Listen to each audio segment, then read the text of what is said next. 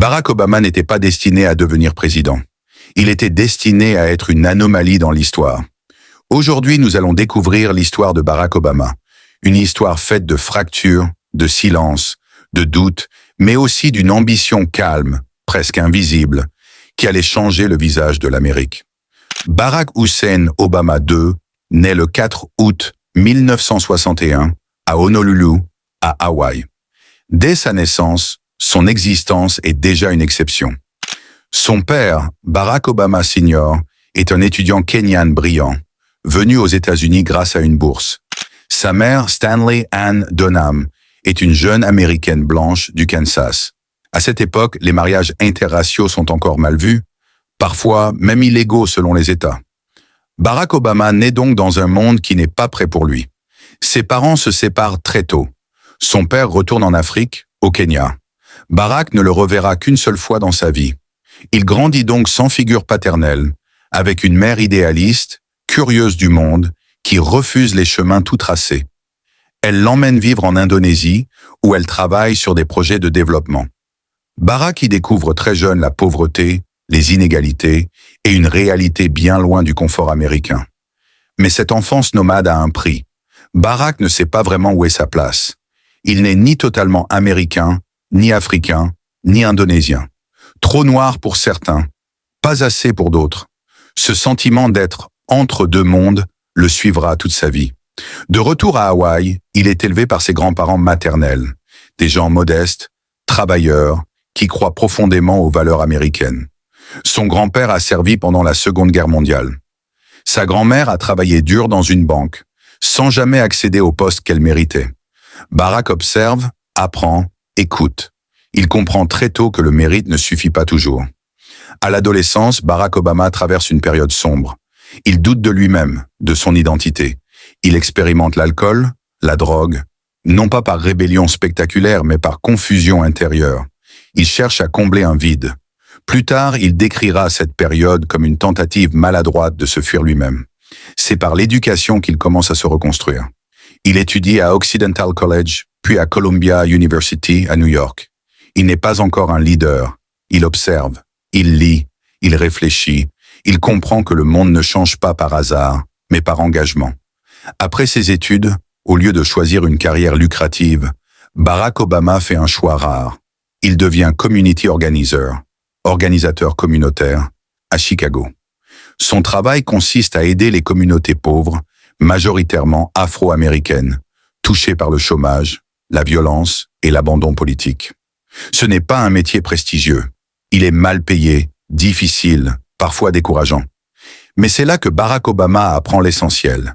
Écouter avant de parler, comprendre avant de juger, construire avant de diriger. Il réalise aussi une chose cruciale. La bonne volonté ne suffit pas. Pour changer réellement les choses, il faut comprendre les lois, le pouvoir, les institutions. C'est cette prise de conscience qui le mène à Harvard Law School.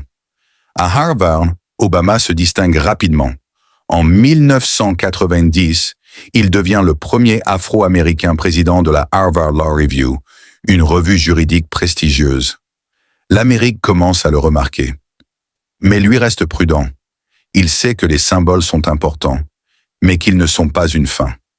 Il retourne à Chicago, devient avocat spécialisé en droit civique, enseigne le droit constitutionnel et s'engage de plus en plus en politique. En 1996, il est élu au Sénat de l'Illinois.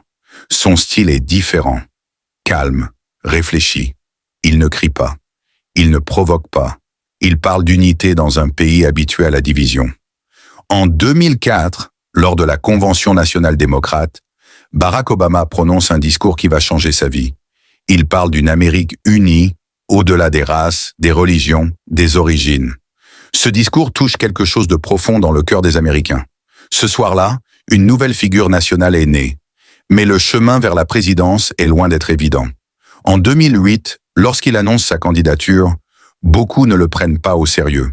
Trop jeune, trop inexpérimenté, trop différent. Certains vont plus loin, remettant même en question sa légitimité, sa nationalité, son identité. Malgré tout, Obama avance. Sa campagne repose sur un mot simple, hope, l'espoir. Pas un espoir naïf, mais un espoir construit sur l'engagement citoyen. Des millions de personnes, surtout des jeunes, se mobilisent. Ils ne votent pas seulement pour un homme, mais pour une idée. Le 4 novembre 2008, Barack Obama est élu 44e président des États-Unis, le premier président noir de l'histoire du pays. Pour beaucoup, ce moment est historique. Pour d'autres, inconcevable. Mais une chose est certaine. L'Amérique vient de franchir un seuil symbolique.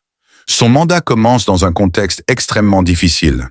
Crise économique majeure, guerre en Irak et en Afghanistan, division politique profonde. Obama doit gouverner dans un climat de tension permanente. Chaque décision est scrutée, critiquée, parfois attaquée avec une violence inédite. Il fait adopter la réforme du système de santé, l'Obamacare, malgré une opposition féroce.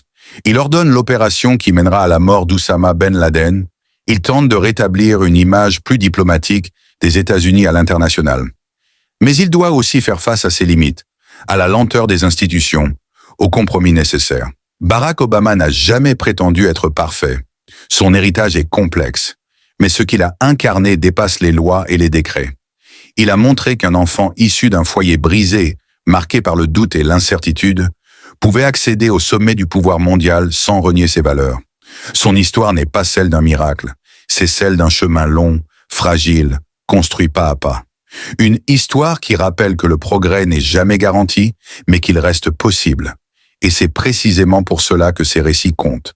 Si vous aimez découvrir les grandes histoires humaines derrière les figures qui ont marqué notre monde, alors bienvenue sur Histoire et Mémoire. Ici, nous racontons le passé pour mieux comprendre le présent et ne jamais oublier d'où nous venons.